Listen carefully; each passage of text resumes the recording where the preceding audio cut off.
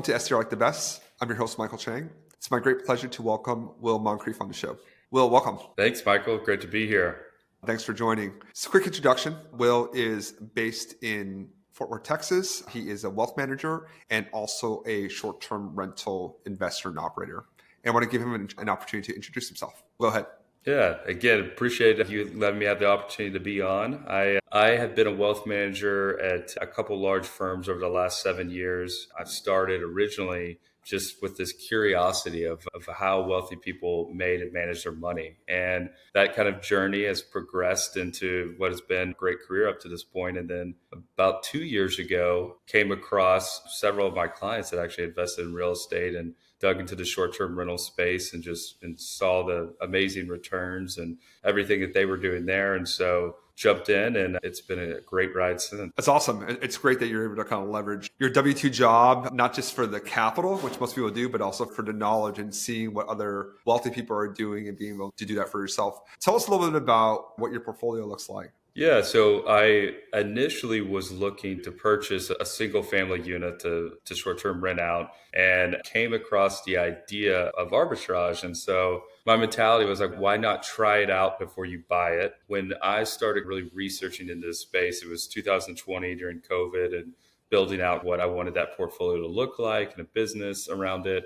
And so in 2021, I was just trying to be a little bit cautious. Instead of jumping in and purchasing, of course, the multifamily owners were struggling on vacancies and occupancy. And so there was a great opportunity to go in at that time and leverage the arbitrage model. So I initially started with that and then built out the portfolio to 6 units and then purchased 3 from there and then picked up another arbitrage unit actually in the same building where I started. Okay. So let's talk about your arbitrage business. I want to talk about your arbitrage business. I want to talk about how you flipped over to buying. It sounds like that was always just kind of part of the plan. But I want to hit on you doing all of this while working and being a wealth manager. I've never been in that business, but obviously you're working with high net worth individuals. Those people are probably they take a lot of time and service. So how do you balance, tell me about your day. What's a typical day for you look like? Yeah, it's jam packed, but I love staying busy. And for me, I've done this pattern for dating back years where on Sunday, I always plan out my schedule and have everything truly every hour checked off for some particular task. And for a while there, I was trying to do both full time. And that was a heavy load to pick up. And so then it became really about leveraging a team. And so I really did grow that portfolio slow and steady over a little over 2 years now to get up to the 10 properties. And where I've started to see the most success and all kinds of potential opportunities moving forward has been as soon as I started leveraging the VA. And we now have 2. I initially started with 1, and they're able to make up basically from 9 a.m. to 10 p.m. 7 days a week. And initially it seemed like potentially a little bit of overkill, but just taking that burden off of me for the guest communications and all the little things that happen. We just recently leveraged Breezeway for cleaning management, maintenance management, which has been great. Took a little bit to get it up and running, but it's been super efficient since. And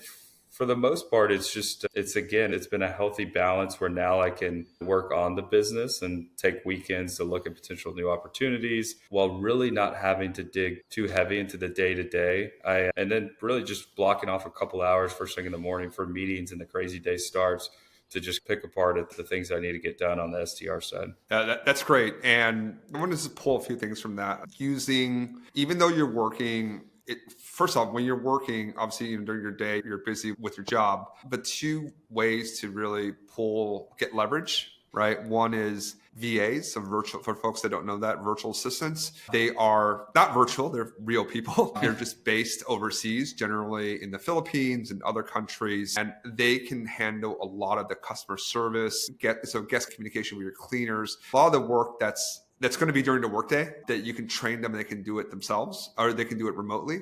And then secondly, is obviously just leveraging technology, having a PMS system. What do you use, Will? I use Hostfully. Hostfully. So I use Hostaway. Sometimes it doesn't really matter which one you're on. Just get on one because it's going to solve 80% of your problems. Using Breezeway or other technology. So using technology, leveraging offshore human resources that can really help you build your business while working in a W job. So a lot of people actually have, this is where they get stuck, right? So so for us, we have 6 units we're about 30 properties now. They do everything. Nice. And we need more, to be fair.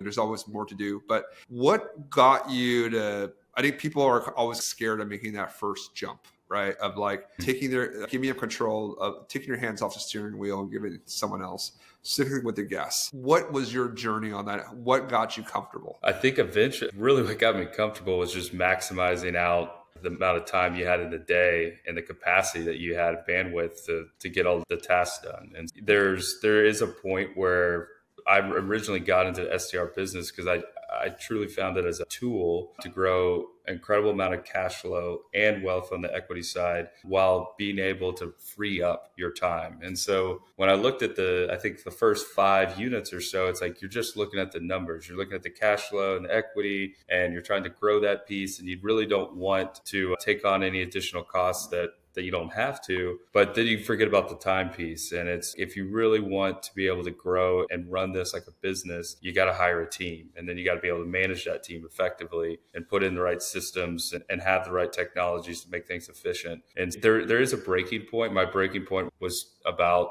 7 units. Mine too, actually, funny enough. Yeah. Yeah. Really? Yeah. 7 years. I was like, no, that's it. I can't. I'm done. Exactly.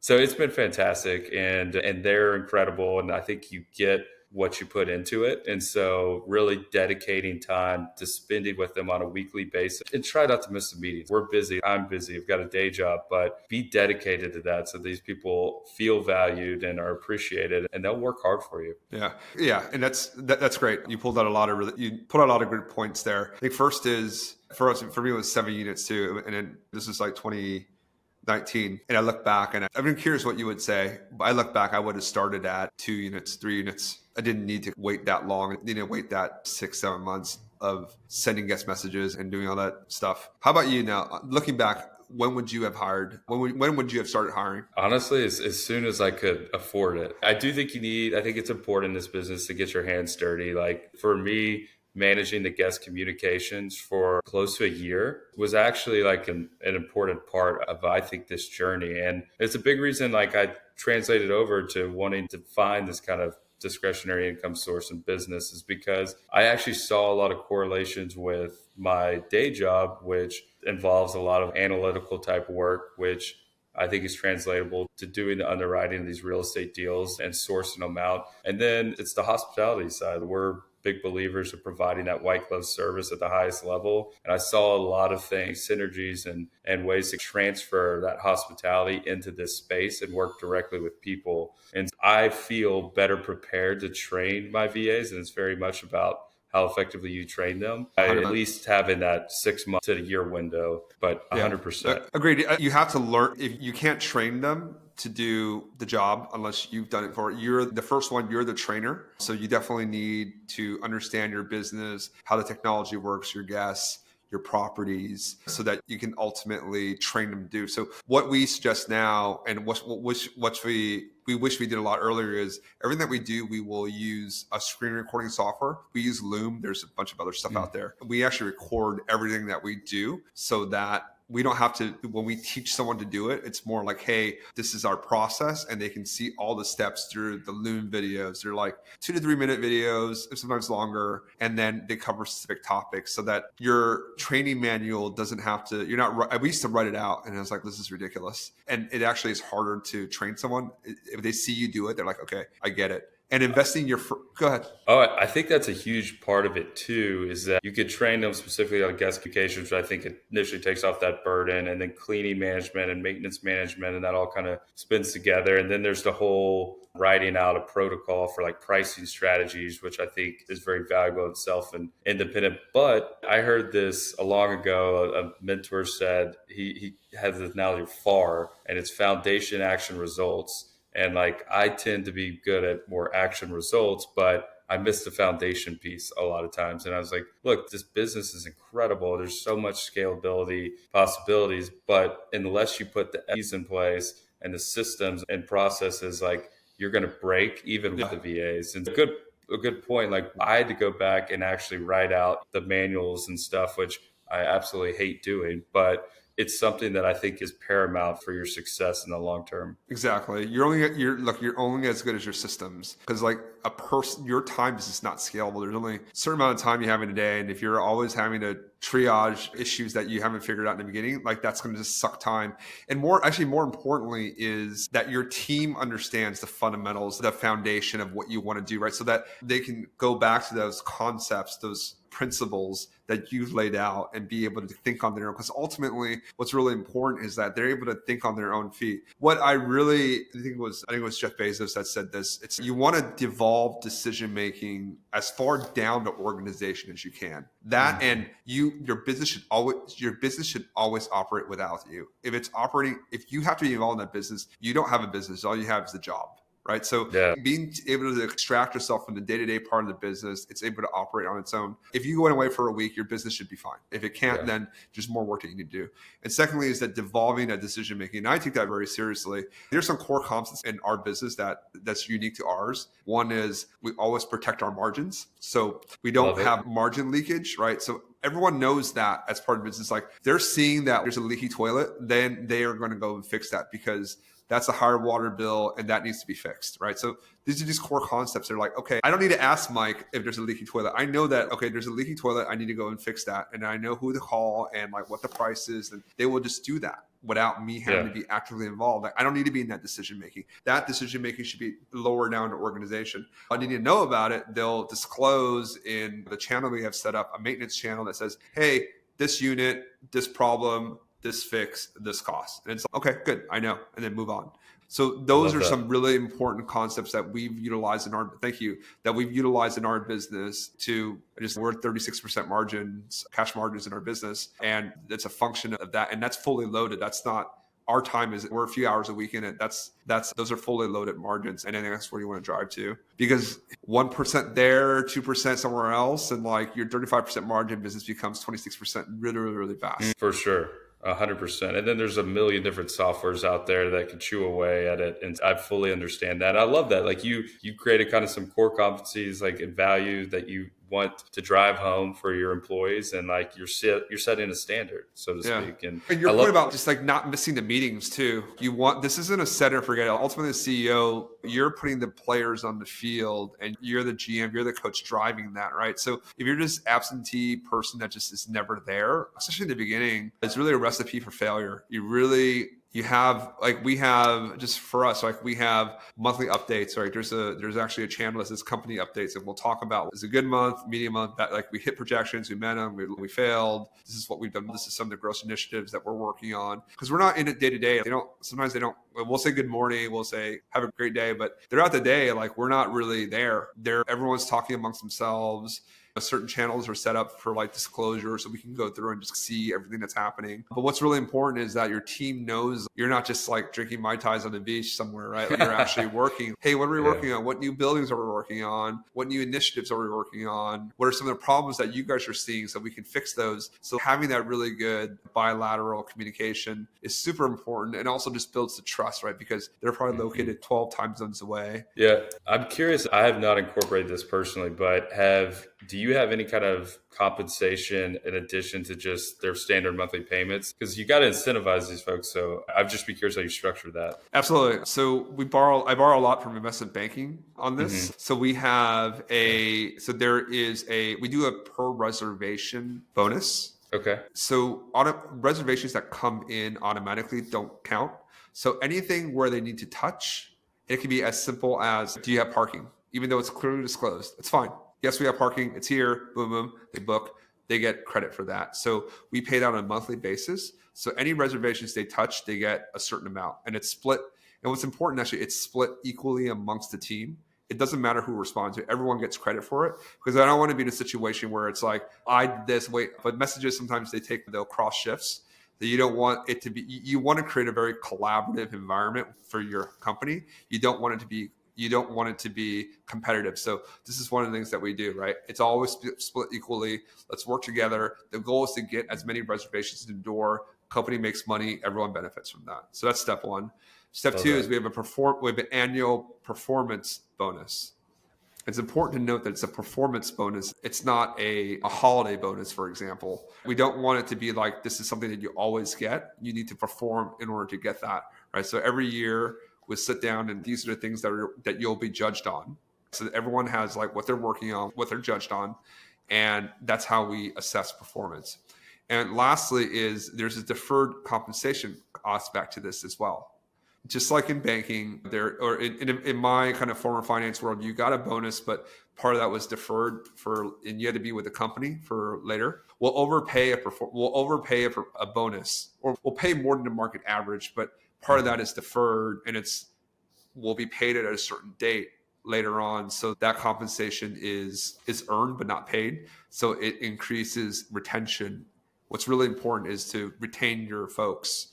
So you want to build a company culture that does retain them, but also compensation wise, right? You can see if it's paid later on that if they leave, they'll walk away from that earned bonus. So these are the ways that we use performance to not foster a collaborative environment. And look, my VAs actually listen to this. So like I'm saying, this is not something that like we're doing. You want to be very transparent with your folks too. Everyone's really smart, right? So you're not trying to hide the ball.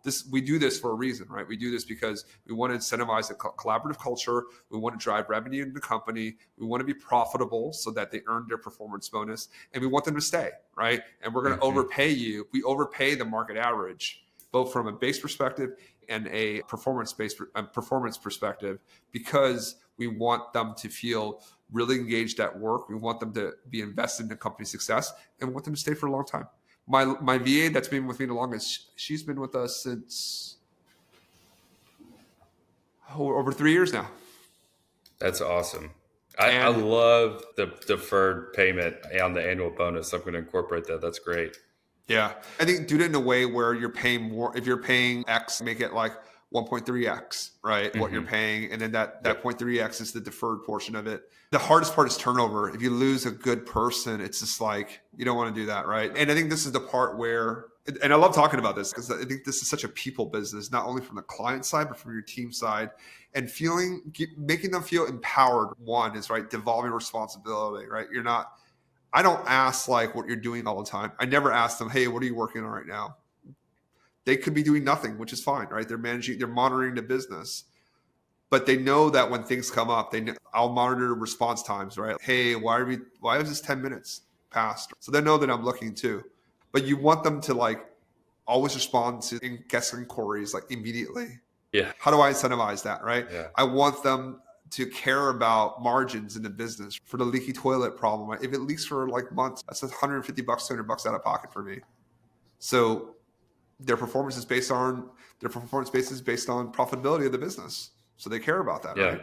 And I don't want them to leave. I want them to care. Go ahead. It is such a people business that you hit the nail on the head there. And I think a lot of people, when they get into short-term rentals, they think of it as real estate. It's a hospitality. You are managing and running a hospitality company, and you're also managing and running your people. And I think when you talk about turnover, my head first went to like cleaners, right? And so we don't want to forget about them. They are like the absolute like pivotal piece of what keeps this business like rocking and rolling.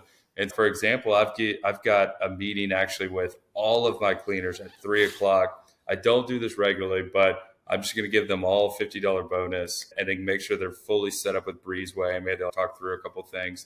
I've talked with other people that they try to take their cleaners out to lunch like one day a month, maybe even one day a quarter. But just that additional like effort to make them feel included is so huge. And give them like, we do quarterly bonuses for our cleaners as well.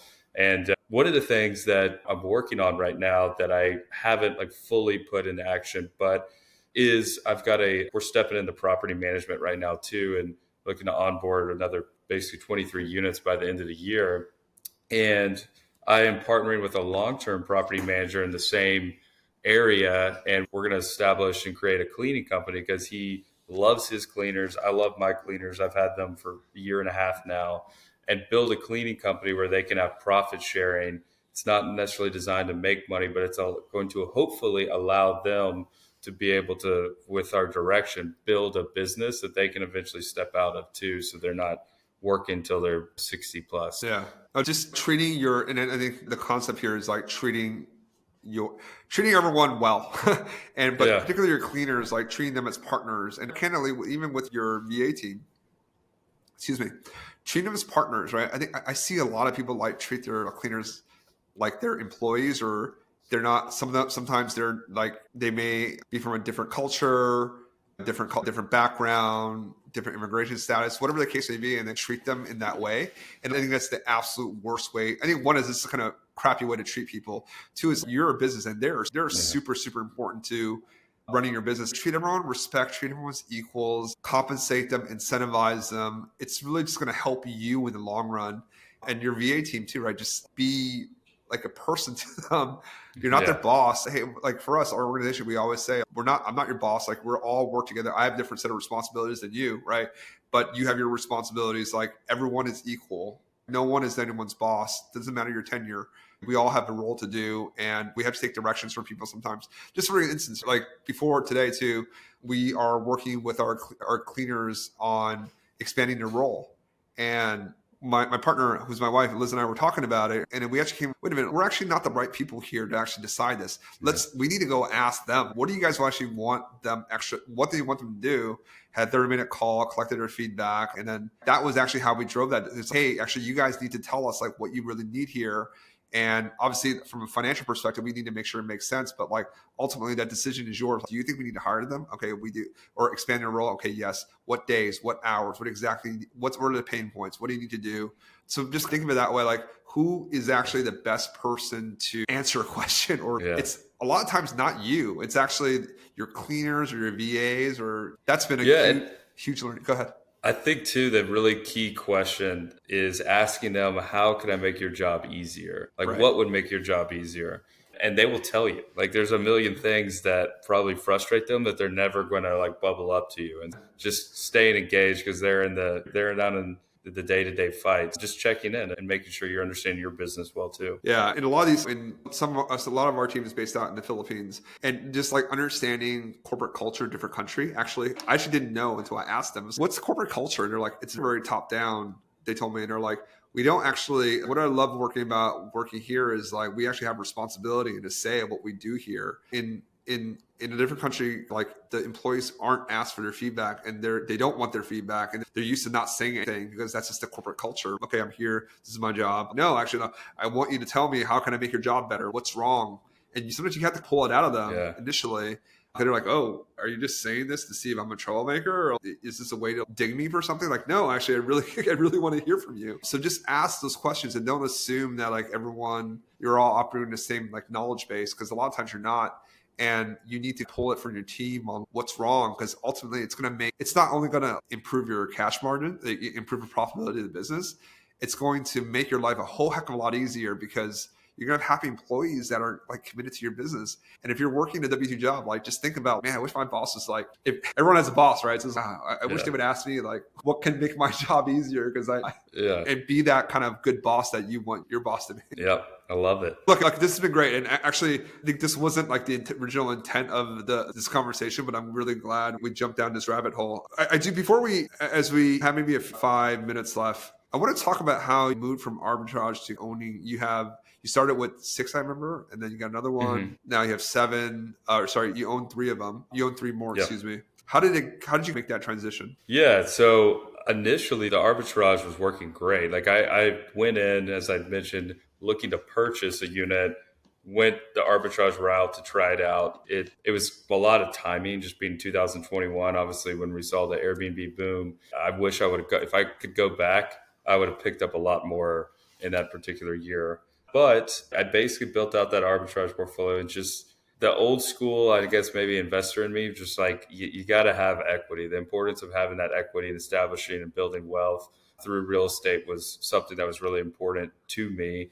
And so you just start looking for opportunities. And I think it's just one more kind of tool on the tool belt, to where from a market timing perspective, I saw that rates were starting to creep up at the time, but they were still in a semi-attractive and lower than historical average range. And I was just like, now's a good time to pick apart a couple of these properties. And I saw where the market was going. I was like, I never foresaw housing crashing. I saw it continuing to go up, and then it's going to come back down as rates continue to rise. And so there were just a few one-off opportunities where I was like, this makes sense. And we don't have to go down this rabbit hole because I know it's a whole other subject matter, but you talk a lot about in your podcast, just the tax benefits of leveraging arbitrage and equity strategy. And I think that is 100% true. And then the third kind of peg, if you will, or wheel here is that adding in that property management piece to it. And so we're incorporating that in as well.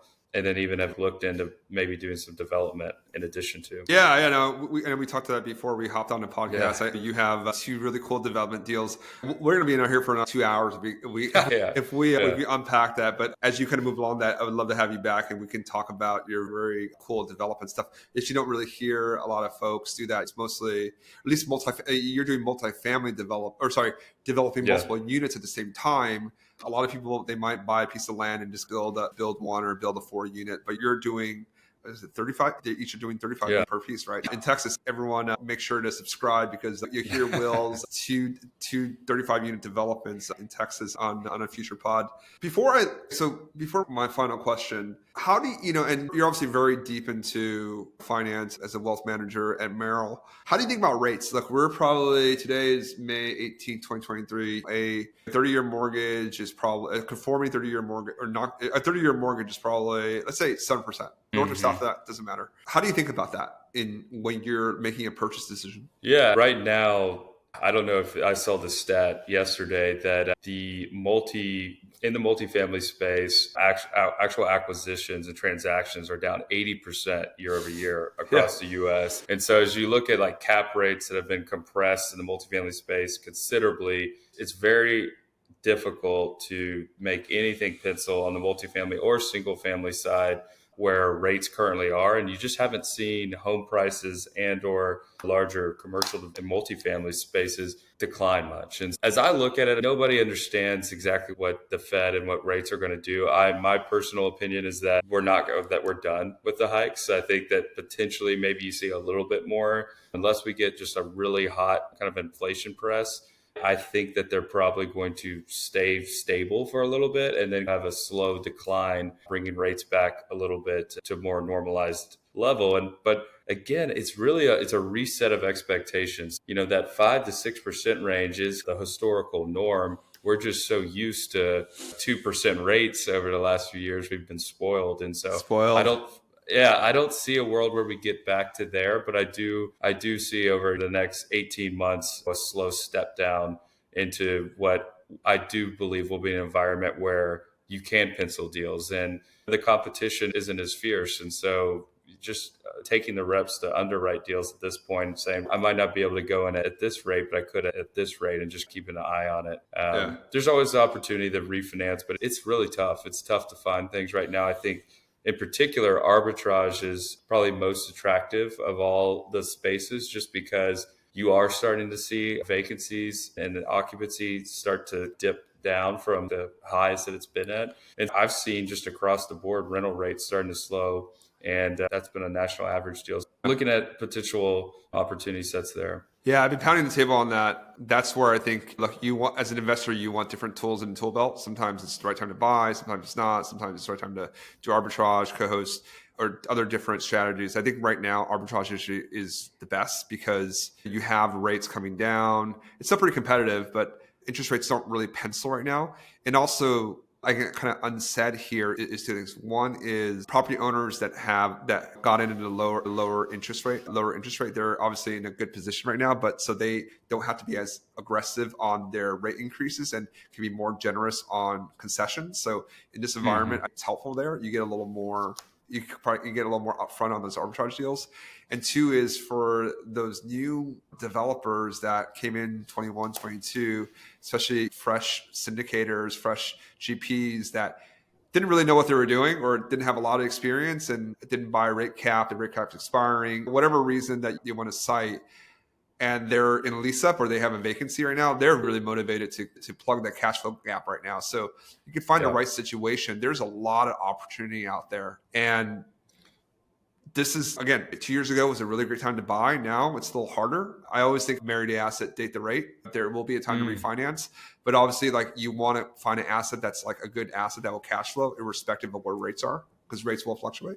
But I do think arbitrage right now is And we just did a deal. We just did another deal in Philadelphia. We're looking at more to do, but I think that's where the best margins are. And then recycle that to buying and take advantage of the tax benefits, and you'll compound wealth quickly, which is, I think, ultimately the name of the game for us. It's being able to compound wealth on a longer time scale, right? Like arbitrage is great for cash flow, but it's really hard to compound wealth that way. You want to take that to own assets, short-term, long-term, medium-term, whatever it is. And then that will compound in equity value. You take the tax benefits, rinse and repeat. And pretty soon you'll have a nice nest egg saved. Yeah. It's a beautiful cycle. I love it. I love it. So as we end the conversation here, and this has been I've really enjoyed this conversation. I asked my traditional closing question. What is the kindest thing that someone's done for you? Investing is a team sport. We're never going to get there alone. I'm assuming you're talking in the short-term rental space. Either. whatever you like to cite.